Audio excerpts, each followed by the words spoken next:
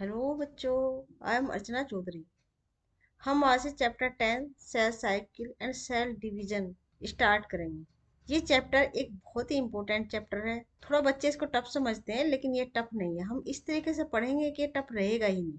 ठीक है बच्चों। Cell cycle and cell division, मतलब इससे स्पष्ट हो रहा है कि सेल इस तरह से डिवाइड करती है कि वो एक साइकिल के रूप में होती है। साइकिल के रूप में होती है।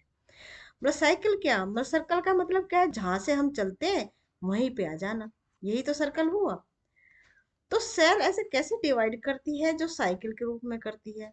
एक्चुअल में ये फेज में होता है, ठीक है ना, फेज में। इसमें 4 फेज होते हैं। पहले को कहते हैं G1, ठीक है, फिर होता है S, और फिर होता है G2, और ये होता है M, माइटोट। ये बहुत शॉर्ट होता है। लगभग 24 आवर लगते हैं डिवीजन में। एक सेल जब डिवाइड होकर दो बनाती है तो उसमें 24 आवर लगते हैं लगभग। तो जितना भी है ना, ये लगभग 23 आवर ले लेता है। और जो माइटोटिक फेज होता है उसमें एक ही घंटा लगभग, वो एक ही घंटे में लगभग पूरी हो जाती है। मतलब ये साइकिल के रूप में हुआ ना, G1, S, G2 और M। इसलिए इसको बोलते हैं cell cycle and cell division. Actual में हम सब ना एक ही सेल से मिलके बने हैं, एक सेल से। ये सेल है, सेल की ग्रोथ करती है, फिर ये दो में डिवाइड हो जाती है, ठीक है ना। एक सेल ये और एक सेल ये। तो कोई भी जो भी लिविंग ऑर्गेनिज्म है वो अपनी लाइफ सिर्फ एक सेल से ही शुरू करता है, ठीक है ना। एक सेल से वो शुरू करता है। Are you aware that all organism even the largest start their life form of a single cell. सबके सब जो है सिंगल सेल होते हैं। सिंगल सेल क्या, वो जाइगोट होता है, ठीक है। और इसी से सब जितने भी ऑर्गेन्स अपने लाइफ को शुरू करते हैं। लेकिन जाइगोट कैसे बनता है, ये फर्टिलाइजेशन बनता है, ये एग सेल से बनता है और प्लस स्पर्म से बनता है। अब आप कह सकते हो ये एग जो है ये भी अपने आप में एक सेल है, वो स्पर्म भी अपने आप में एक सेल है। तो इनके फ्यूजन से जाइगोट बना। तो आप कह सकते हो ये तो दो सेल की स्ट्रक्चर होगी। नहीं, ऐसे नहीं हुआ। क्यों? जो एग है ना, एग के अंदर जो स्पर्म है ना, उसका जो कॉन्स्टिट्यूंट है वो ही फ्यूज होता है अंदर, ठीक है ना। मतलब जो स्पर्म का खोल है वो बाहर आ जाता है, उसके जो कॉन्स्टिट्यूएंट है वो अंदर जाके जो एग से न्यूक्लियस से फ्यूज करते हैं। तो इस तरह से जो ये जाइगोट बनता है ना, ये भी सिंगल सेल होता है। और जाइगोट में जब डिवीजन होता है, डिवीजन के बाद एम्ब्रियो बनता है, ठीक है, एम्ब्रियो। और एम्ब्रियो के बाद कोई भी लिविंग ऑर्गेनिज्म बनता है, ठीक है ना। मतलब जितने भी लिविंग ऑर्गेनिज्म है वो सबके सब एक सेल से ही बनते हैं। You may wonder how a single cell then goes on to form a large organism। मतलब एक सेल से इतने बड़े बड़े ऑर्गन्स कैसे बन जाते हैं। एक्चुअली उसमें डिवीजन होता रहता है, उसको कहते हैं माइटोटिक डिवीजन। एक डिवीजन मियोटिक भी होता है, एक माइटोटिक डिवीजन होता है और एक मियोटिक डिवीजन होता है। इन दोनों में अंतर है। जो माइटोटिक होता है वो सोमेटिक सेल्स में होता है। सोमेटिक मतलब दैहिक सेल में।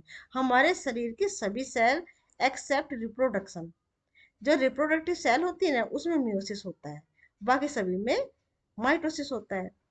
उस डिवीजन से एक सेल डिवाइड कर करके इतने बिग ऑर्गेनिज्म बना लेती है।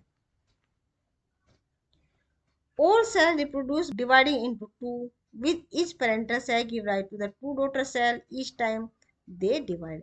मतलब क्या, पहले एक सेल है, इसने ग्रोथ की, बड़ी हुई, फिर ये डिवाइड होगी दो में, ठीक है।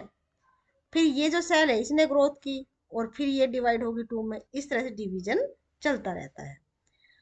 और दो डिवीजन के बीच में होती है ग्रोथ फेज। ये ग्रोथ फेज है और इसी ग्रोथ फेज को बोल देते हैं इंटरफेज, ठीक है ना। दो डिवीजन के बीच में जो ये रेस्ट फेज बोलते हैं, इसको इंटरफेज बोलते हैं। जबकि ये रेस्ट नहीं होती है, इसमें सब कुछ बन रहा होता है, प्रोटीन बन रहा होता है, जितनी भी दूसरी सेल को चाहिए अपने मतलब एक्सिस्टेंस के लिए, जितना भी मटेरियल चाहिए वो सब इसमें बन रहा होता है। This newly form daughter cell can then से grow and divide. Daughter cell grow हुई फिर डिवाइड हुई, give rise to a new cell population that is formed by the growth and division of a single parental cell and its progeny। progeny मतलब पीढ़ी, ठीक है ना। इस तरह से एक सिंगल सेल से एक सिंगल जो पेरेंटल सेल है डिवाइड हो के बहुत सारी सेल वो बनती उसमें रहती हैं। और हर सेल को पता होता है कि तुझे कितनी बार डिवाइड करना है, कितनी बार डिवाइड वो कर सकती है। इसीलिए लाइफ स्पान कितना है इस सेल को पता होता है, ठीक है ना, हर एक का निश्चित होता है। और ये जेनेटिक मटेरियल से कंट्रोल होता है, हमारे डीएनए से कंट्रोल होता है। In other words, such cycle of growth and division allow a single cell to form a structure consisting of million of cells। और इस तरह डिवाइड कर करके एक सेल मिलियन सेल बना लेती है, ठीक है बच्चों। Cell cycle, cell division is a very important process in all living organisms. During the division of a cell, DNA replication and cell growth also takes place। जो सेल होती है, cell के अंदर न्यूक्लियस होता है, ठीक है ना, जो न्यूक्लियस है वो मेजर रोल प्ले करता है। और जो न्यूक्लियस है उसमें होते हैं क्रोमोजोम, ठीक है, क्रोमोजोम। और क्रोमोजोम बने होते हैं डीएनए के, ठीक है ना। मतलब जब सेल डिवाइड होगी तो डीएनए का भी डिवीजन होगा, है ना। जो डीएनए है ना वो ही रूल करता है पूरी सेल पे, मतलब डीएनए के ऑर्डर पे ही पूरी सेल डिवाइड होती है। और सेल डिवाइड क्यों होती है, क्योंकि जो डीएनए है ना वो इस पूरी सेल को चला रहा होता है, ठीक है। और जो कि सेल है छोटी सी, वो ग्रोथ कर रही है, सेल ने ग्रोथ किया बहुत सारा, ये न्यूक्लियस है। लेकिन ये जो डीएनए ना इसमें, ये पूरा अपना वर्क जो अच्छे से परफॉर्म नहीं कर पा रहा है, नहीं कर पा रहा तो सेल को तो डिवाइड करना पड़ेगा। वो क्यों परफॉर्म नहीं कर पा रहा है, लार्ज सेल का जो सरफेस एरिया होता है ना वो कम होता है। लार्ज सेल का सरफेस एरिया कम होता रहता है, और सरफेस एरिया से ही जो सेल है ना अपने फूड को एब्जॉर्ब करती है, और फूड के बिना कुछ होता नहीं है।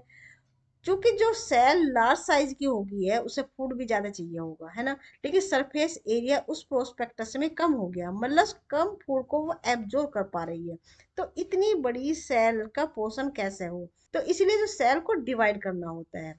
और डिवाइड करने से पहले, क्योंकि एक सेल है दो में डिवाइड हो रही है, दो में डिवाइड होगी, तो दोनों सेल को जीने के लिए जो इम्पोर्टेंट कॉन्स्टिट्यूएंट है उसके वो तो चाहिए ना।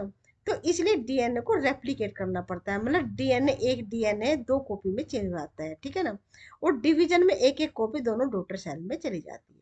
और जितने भी कॉन्स्टिट्यूएंट है ना इसमें, साइटोप्लाज्म जैसे माइटोकॉन्ड्रिया है, गोल्जी बॉडी है, जितने भी सेल ऑर्गेन्स है वो भी सब डबल हो जाती हैं और हाफ हाफ में फिर डिवाइड हो जाती हैं।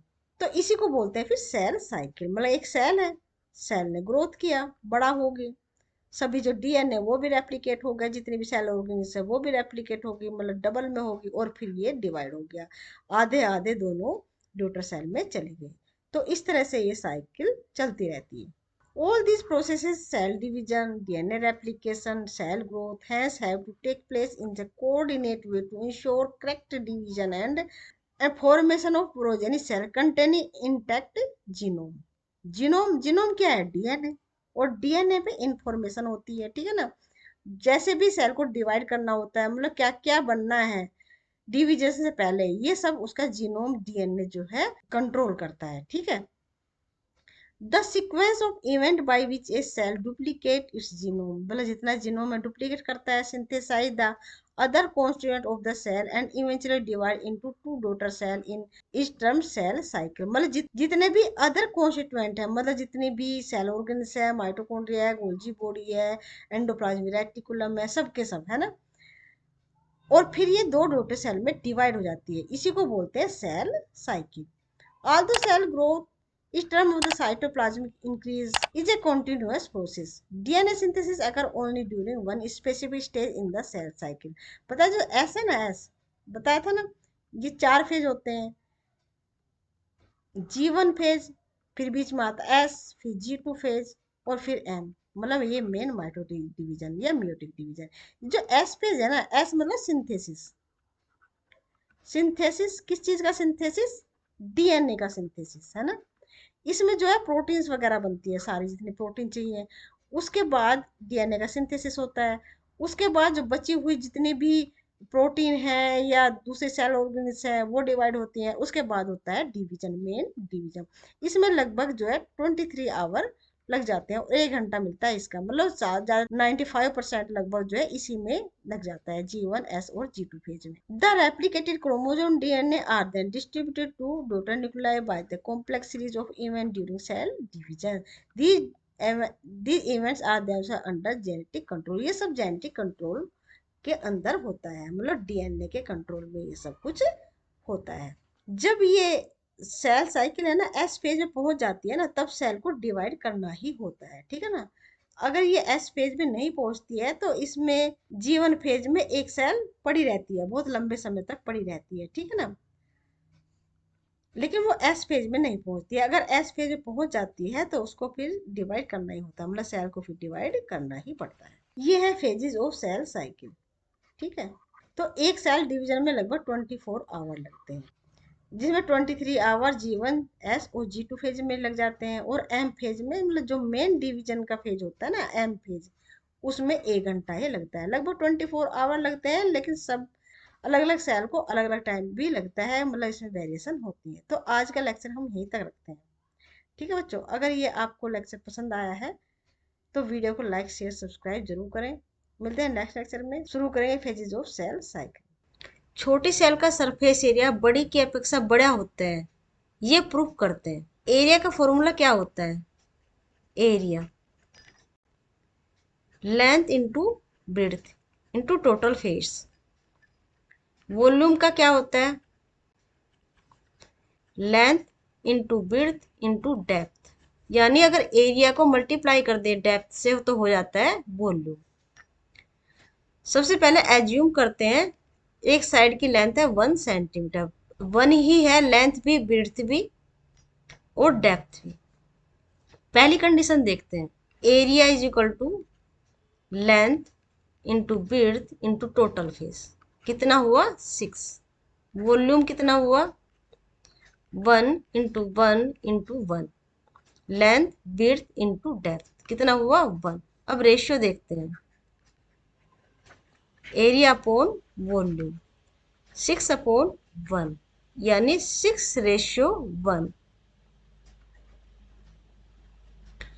दूसरी कंडीशन देखते हैं, दूसरी कंडीशन में हम ये लेंथ और ब्रेड्थ और डेप्थ ले लेते हैं 2 सेंटीमीटर, 2 सेंटीमीटर। तो area is equal to 2 into 6, यानी 2 2 जा 4, 4 6 जा 24। Volume 2 into 2 length breadth depth, 2 2 जा 4, 2 जा 8। रेशियो कितना हुआ? 24/8, 3 2 जा 1, यही रेशियो हुआ। थर्ड कंडीशन में हमने साइड ली 3 सेंटीमीटर, तो area is equal to 6 into 3 total face into length into breadth. कितना हुआ? 3 3 जा 9, 9 6 जा 54। वॉल्यूम 3 इंटू 3 कितना हुआ? 27। तो इसका रेशियो कितना होगा? 54/27। तो कितना हुआ? 2:1। तो ये प्रूफ हुआ। पहली कंडीशन में हमने 1 लिया था, साइड कितनी ली थी? 1 सेंटीमीटर। तो एरिया पर वॉल्यूम रेशियो आया था 6:1। फिर जैसे जैसे हमने वॉल्यूम बढ़ाया, ठीक है, 2 सेंटीमीटर कर दिया। जैसे जैसे हमने वॉल्यूम बढ़ाया, एक साइड का हमने क्या कर दिया? 2, तो वॉल्यूम हो गया था 8। तो जैसे जैसे हमने वॉल्यूम बढ़ाया तो रेशियो घटता चला गया। कितना हुआ? दूसरे में वॉल्यूम था 8, रेशियो हो गया 3:1।